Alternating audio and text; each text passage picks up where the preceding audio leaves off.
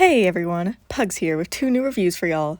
Today I'm covering Big Pink Loser and Bubble Buddy, two very quintessential season 2 episodes to me. And I know at least one of these is a pretty iconic episode, even if it's not necessarily considered one of the best, so I think that's pretty cool. And yeah, so like always, just have to extend a quick thank you to everyone who's been watching, liking, and commenting. You know, this season 2 video series, I guess, has been off to a pretty good start, I think. So I'm excited to keep making more.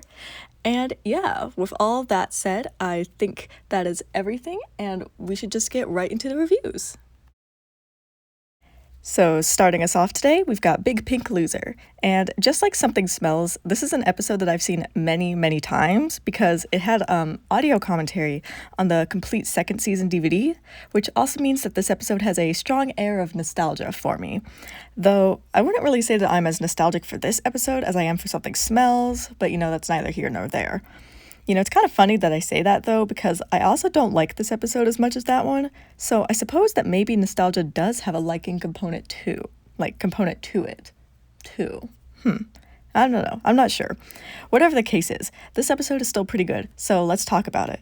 So, Big Pink Loser is one of those episodes that has two very distinct sections, in my opinion. And, in this way, it's pretty similar to Mermaid Man and Barnacle Boy 2. However, unlike that episode, Big Pink Loser does a much better job about not having these two distinct sections feel almost unrelated to each other, and a better job of making the transition between them not feel jarring or abrupt. And I'd say that the two sections in this episode feel pretty connected, especially through the last scene of the first section, like when SpongeBob and Patrick are walking after work, after, Patrick manages to open the jar. Patrick's dialogue during that scene kind of foreshadows what'll happen in the second section. Well, not even kind of, it literally does. That's the whole point of it. But anyway, the second section is a logical progression from the first. And Patrick moving from learning from SpongeBob, about how to get an award to explicitly copying everything SpongeBob does, that makes sense. It makes sense that Patrick would do that. And so those two sections feel connected in that way. And so I don't really have any problems with there being two distinct segments of this episode, nor do I, normally have any problems with that actually.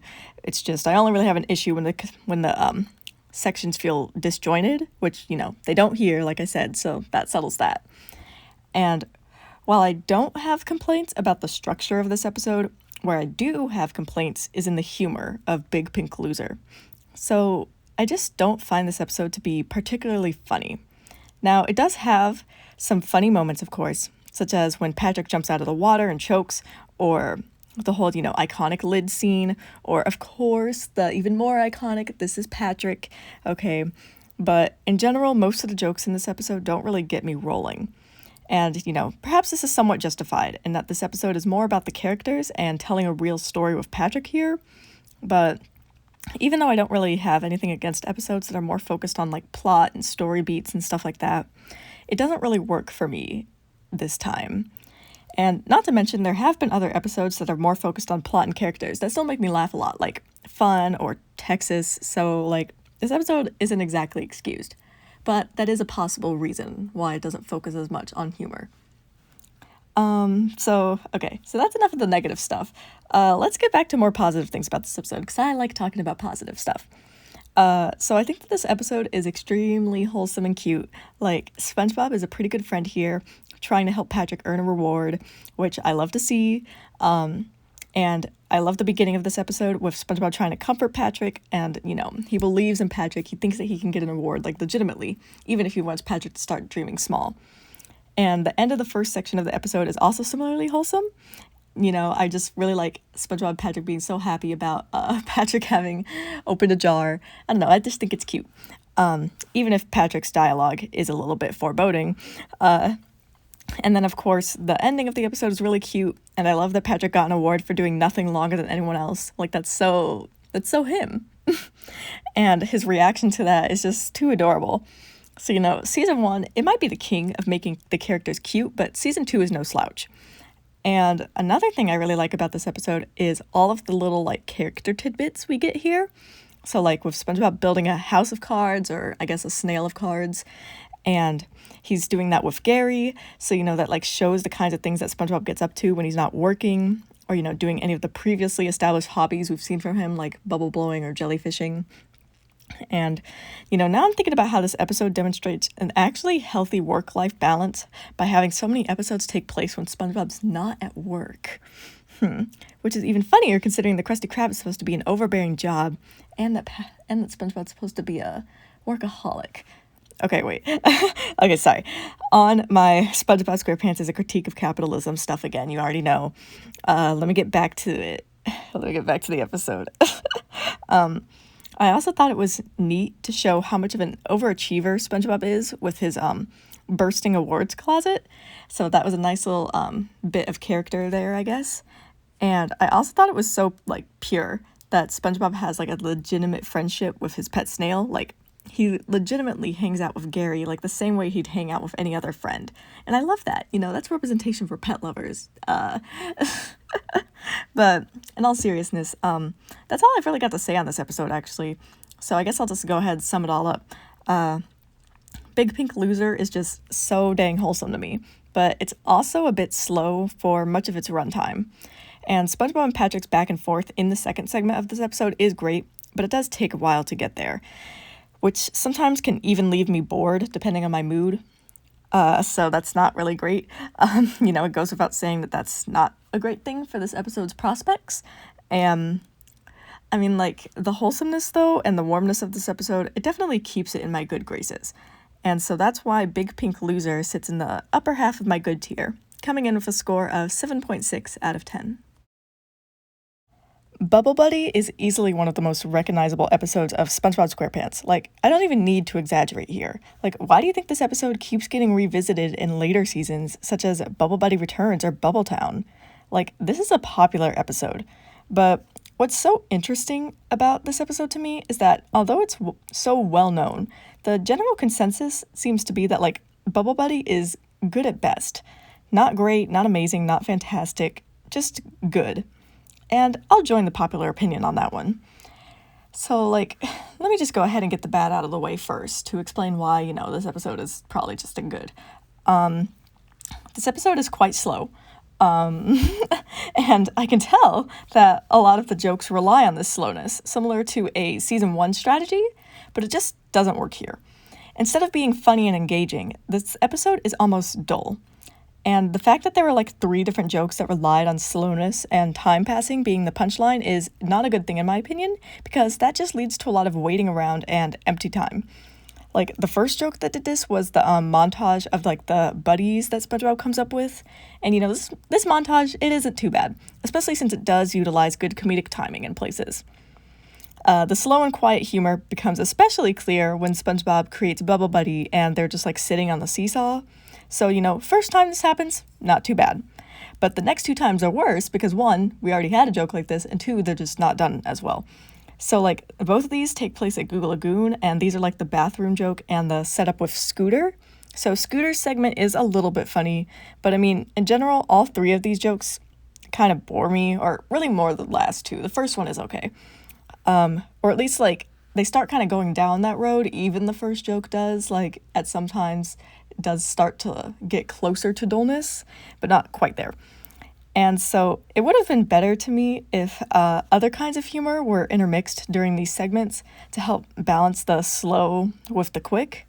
And now that I think about it, the entire segment at the Krusty Krab is also slow, but I don't think the slowness was part of the punchline in the same way that, like, it was with these 3 jokes.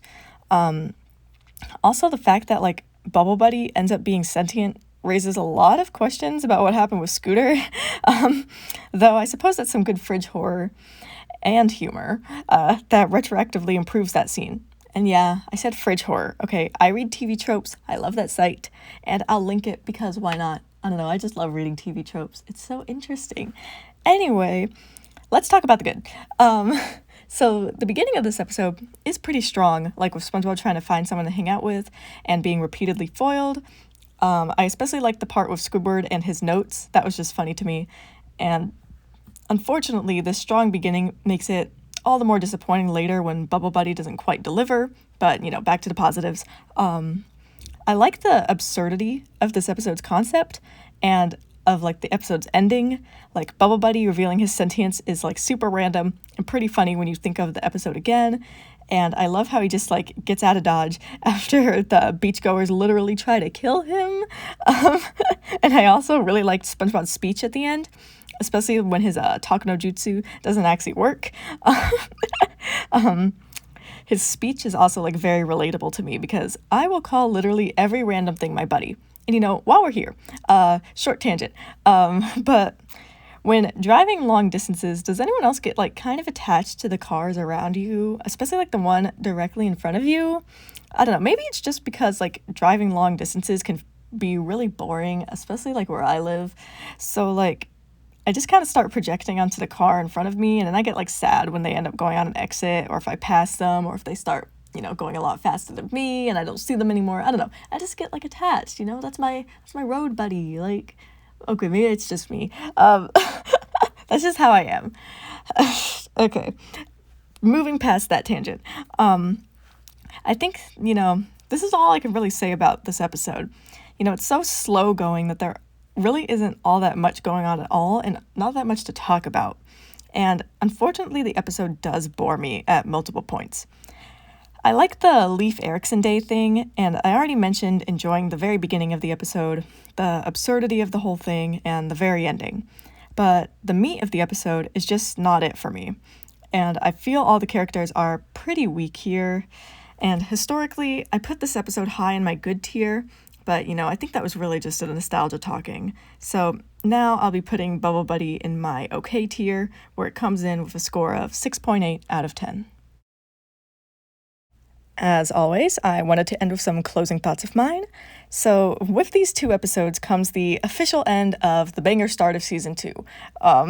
Bossy Boots kind of started us going in that direction, but these 2 episodes really cemented it, because I would not call a good tier episode a banger.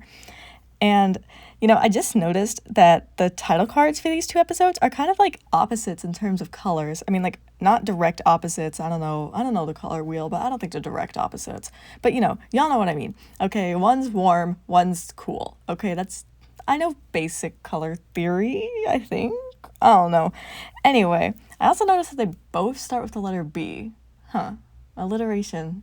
Okay, that's fun. In a more serious note, I mean, not really, but I do kind of worry that I judged Big Pink Loser too harshly. The thing with these recorded reviews is that I want them to be consistent with my written ones, and I feel like Big Pink Loser probably belonged in great rather than good, but I didn't want to change my scores, so just keep that in mind. Most of my opinions are unchanged, but this is one that I do wish I could revise, but, I don't know how many people will listen this far, but that's not really an issue that comes up with most of these recorded reviews. This is the first time that's really come up, so all my opinions are still mostly the same as when I wrote these reviews. I guess these were written in December, but yeah. Alright, I think that's about everything that I wanted to say in these closing thoughts, so I'll just go ahead and end the episode here, and I will see you guys next time.